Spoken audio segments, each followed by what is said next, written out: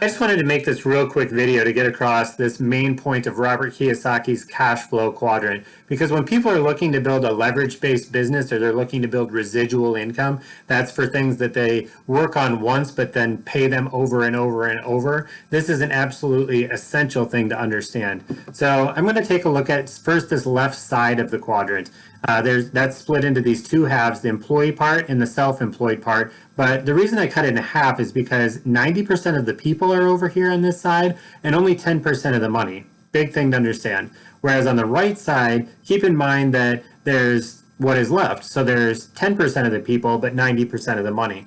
So most people have a job. You know, they're an employee for someone else. They earn a wage or they earn a salary, and basically they're trading their time for money. They have no leverage in this situation. If they weren't going in and doing the job, then they wouldn't be getting paid.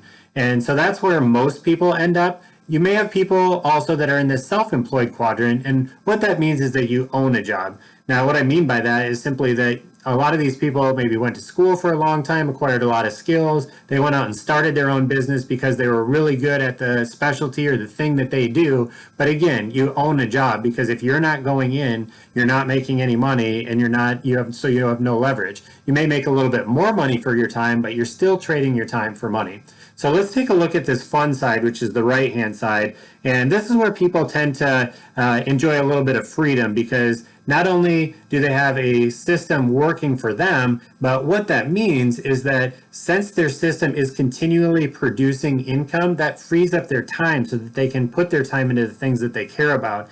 And that's a huge part of life, obviously, is that it doesn't matter how much money we make, really, as if we're constantly tied to doing something that we don't want to do or we're just stuck. The whole goal is to get that freedom. So the goal is to have both time and money as far as the different options that you have. So let's talk about this B part right here. And this is a business owner. This person builds a system basically. So let's equate it to a let's talk about a fresh water source that's about a mile away from a village. Now, when you're building a system, this isn't the person that's carrying the buckets to go and get the water like the people on the left side would be.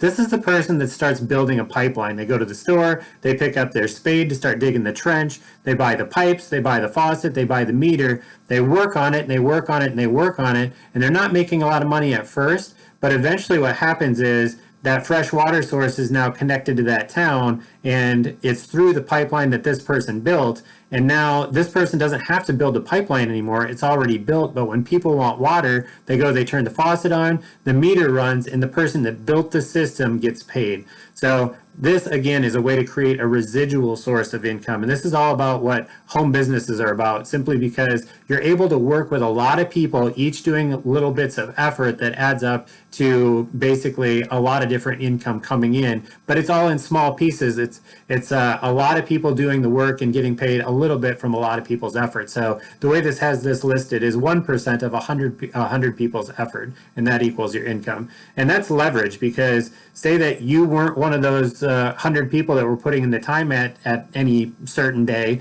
There were 99 of them that were still left. So you could be relaxing and spending your time again doing what you want to do, and the income would still be coming in. So the last one is investor, and this is simply having your money go out and work for you. And honestly, not very many people are in this spot to a large degree simply because they don't have tons of money just laying around. So really, in my head, the way that this plays out is the goal is to help people establish, like a lot of people start over here, but they should always be building some type of business that's going to be an asset. It's not something that people can take away from them. You can't get fired from it. It's something that has no ceiling on it. Like over here, you have a ceiling. Maybe you get a raise every now and then, but the bottom line, you know what you're going to make that year a lot of times when you're starting that year out. So there's not a lot of incentive. Whereas this side, when you're building a business, there's no ceiling on this. There's no cap. So it's literally unlimited potential on what you can create. And as you create that cash flow, then now you start taking some of that money into the investor quadrant, having that money going out and getting more money and bringing it back to you. And that's how to run a smart financial system. So no matter where you start, if you have a job or if you own a job and are paying off debts on that, the real goal is to get to a point where you have a system working for you so it doesn't require a lot of your time, but it's still paying you. And that's what this is all about. Hope that helped.